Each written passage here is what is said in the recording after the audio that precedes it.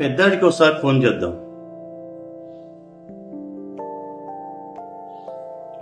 Hello పెద్దాడా. నానా, నేను ఆఫీస్లో అర్జెంట్ పని మీద ఉన్నాను నానా. 1 గంట తర్వాత మళ్ళీ నేనే చేస్తాను మీకు. అలాగే నాన్న. సరే సరే సరే నానా, ఎదురు చూస్తుంటాను. సరే సరే నానా, సరే సరే సరే చేస్తా అని చెప్పాను కదా. ఓకే. చిన్నాడికి ఒకసారి ఫోన్ చేద్దాం.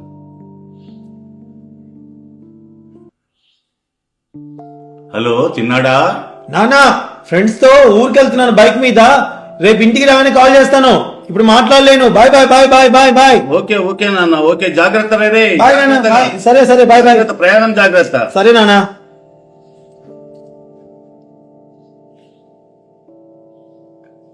పాపకు ఒకసారి ఫోన్ చేద్దాం. హలో నానా. అమ్మా. ఇప్పుడే అల్లుడు గారు ఆఫీస్ నుండి వచ్చారు నాన్న. రేపు చేసి మాట్లాడతా నాన్న.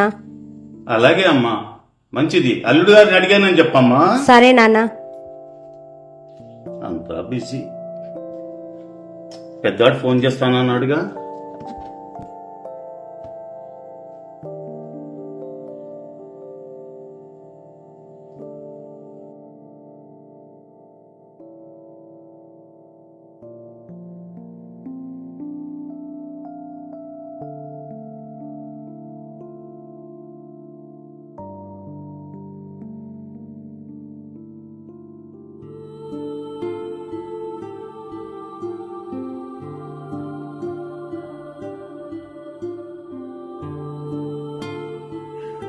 అబ్బా, నిద్ర పట్టేసిందే.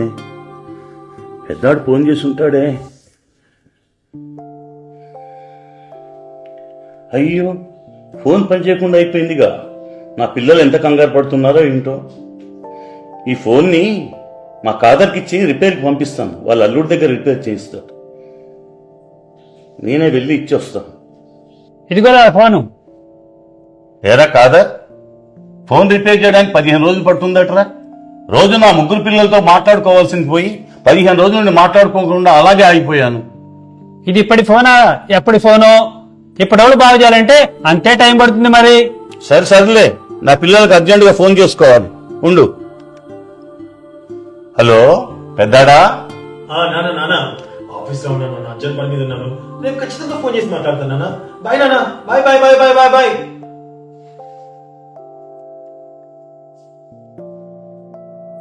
చిన్నాడా. నానా హాయ్ నానా. 15 రోజుల క్రితం ఊరికెళ్ళానని చెప్పాను కదా. ఇప్పుడే వస్తున్నాను. 2 days తర్వాత కాల్ బ్యాక్ చేస్తాను. బాయ్ బాయ్ నానా. పాపా. హలో నాన్న, మా అత్తగారు వాళ్ళు వచ్చారు. రేపు ఫోన్ చేసి మాట్లాడతా నాన్న. ఇదే నిజం రా, అర్థం చేసుకో. పిల్లలు చాలా బిజీ. నా పిల్లలు ఫోన్ చేసి మాకు 2 నెలలైంది. నా ఫోన్ బాగానే ఉంది. పాపం వాళ్ళ ఫోనే పాడైనట్టుంది.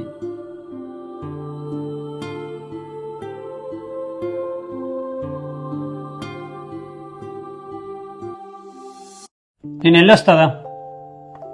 సరే, ఈ ఫోన్ తీసుకెళ్లి ఎవరికన్నా ఇచ్చే. ఎందుకురా? ఈ ఫోన్ అవసరం నాకు లేదు, నా అవసరం ఎవరికీ లేదురా. అరే అలా అనుకురా. తీసుకెళ్లరా, తీసుకుని వెళ్ళరా, తీసుకెళ్ళు.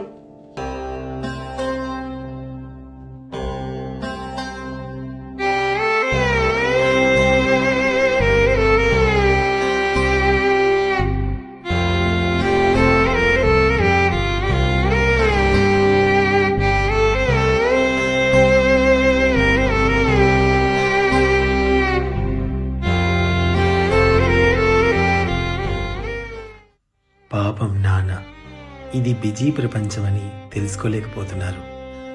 ఈ కథ ఎవరిని ఉద్దేశించి కాదండి, కేవలం కల్పితం మాత్రమే. మనసుని కదిలించే కథలు ఈ ఫేస్బుక్ పేజీని ఫాలో అవ్వండి. తప్పకుండా ఫాలో చేస్తారు కదా. నమస్తే.